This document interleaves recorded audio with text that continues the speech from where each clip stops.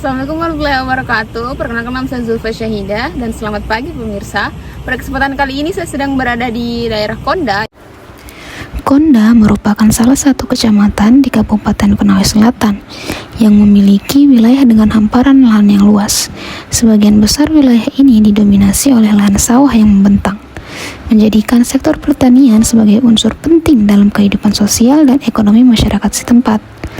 Lahan sawah tersebut telah lama menjadi sumber kehidupan utama bagi masyarakat, yang sebagian besar menggantungkan mata pencahariannya pada budidaya tanaman padi, yang menjadi komoditas pertanian unggulan di wilayah ini.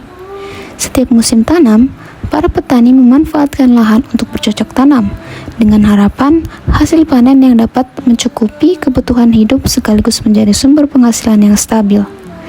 Masyarakat di wilayah ini umumnya bergabung dalam kelompok tani, yang tidak hanya berfungsi sebagai wadah kebersamaan dalam bercocok tanam, tetapi juga sebagai sarana untuk mengakses bantuan pertanian serta pengelolaan irigasi.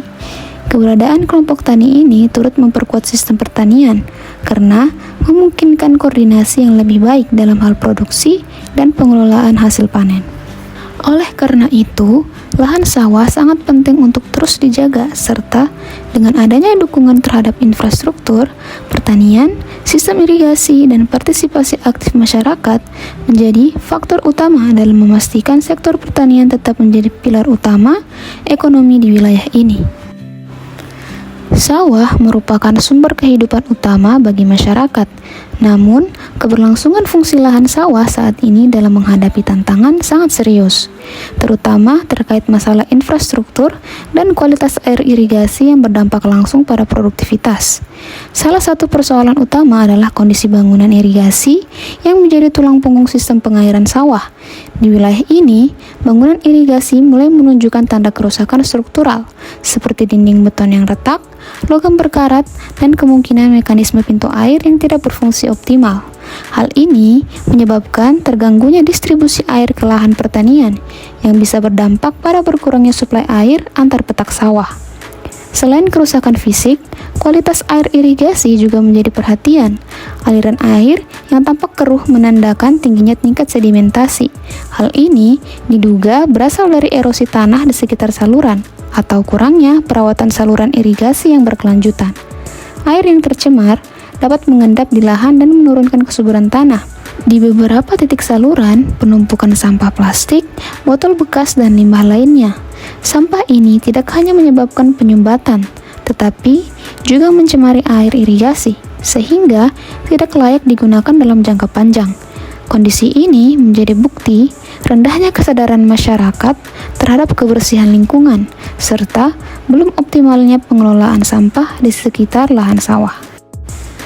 Menghadapi permasalahan irigasi di wilayah ini, solusi yang dapat diambil adalah perbaikan infrastruktur irigasi secara menyeluruh.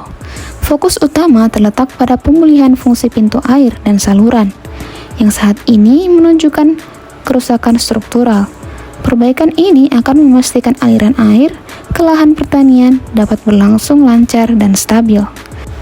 Selain perbaikan fisik, kegiatan pembersihan saluran secara berkala juga sangat penting untuk dilakukan.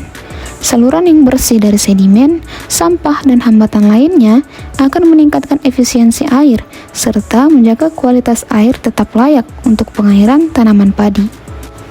Kegiatan ini bisa dilakukan secara gotong royong oleh petani, serta melibatkan masyarakat setempat sebagai pengelola utama sistem irigasi. Permasalahan irigasi di wilayah ini mencerminkan pentingnya perhatian terhadap infrastruktur pertanian yang menjadi penopang utama kehidupan masyarakat setempat. Kerusakan bangunan irigasi, pencemaran saluran air, serta rendahnya kesadaran lingkungan telah menghambat distribusi air dan menurunkan produktivitas pertanian. Oleh karena itu, diperlukan upaya melalui perbaikan infrastruktur, edukasi masyarakat, dan manajemen irigasi berbasis partisipasi, guna menjaga keberlanjutan sektor pertanian dan kesejahteraan petani di daerah ini. Mungkin itu saja yang bisa saya sampaikan pada kesempatan kali ini. Kurang dan lebihnya mohon dimaafkan. Sampai jumpa di kesempatan berikutnya.